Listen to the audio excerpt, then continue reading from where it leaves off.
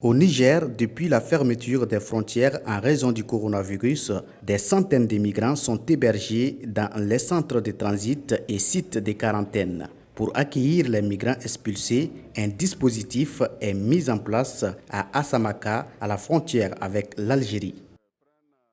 Dès que la vague arrive, alors des dispositions sont prises pour que ces personnes-là soient confinées pendant 2 semaines. Après le confinement, c'est en ce moment-là on les fait transporter pour venir à Alit. À partir d'Alit, s'il y a des étrangers, c'est-à-dire la nationalité, autre nationalité africaine, là c'est l'OIM qui les prenait en charge. Pour les Nigériens, ça c'est les autorités départementales qui les prenaient en charge à travers la coordination régionale. Au centre de l'OIM à Agadez, les pensionnaires attendent la levée des restrictions pour rentrer dans leur pays d'origine.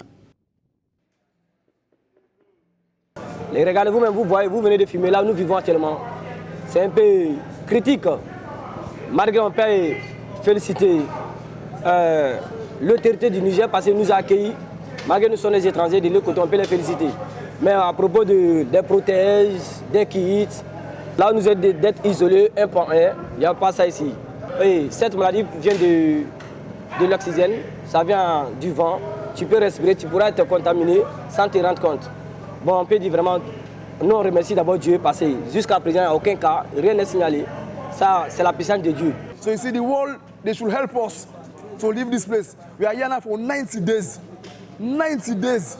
It wasn't really easy for us.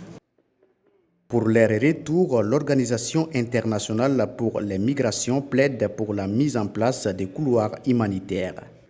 Actuellement, nous avons encore plus de 1800 migrants sous notre responsabilité. Donc, nous avons demandé les corridors humanitaires pour les assister au retour volontaire dans leur pays d'origine. En attendant, la sensibilisation aux mesures barrières continue sur les différents sites d'accueil. Dans nos centres, nous avons mis en place des mesures de prévention comme le lavage de mains automatique à l'entrée et à la sortie, des mesures de contrôle régulier de température à l'entrée comme à la sortie.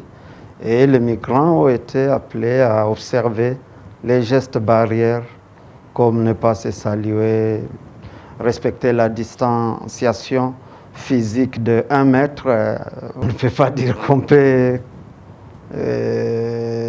mettre tout le monde d'accord sur un point à 100%, mais la majorité a compris. À Agadez, bien avant cette crise sanitaire, les passages des migrants devenaient de plus en plus difficiles. Depuis l'adoption de la loi contre le trafic des migrants en mai 2015.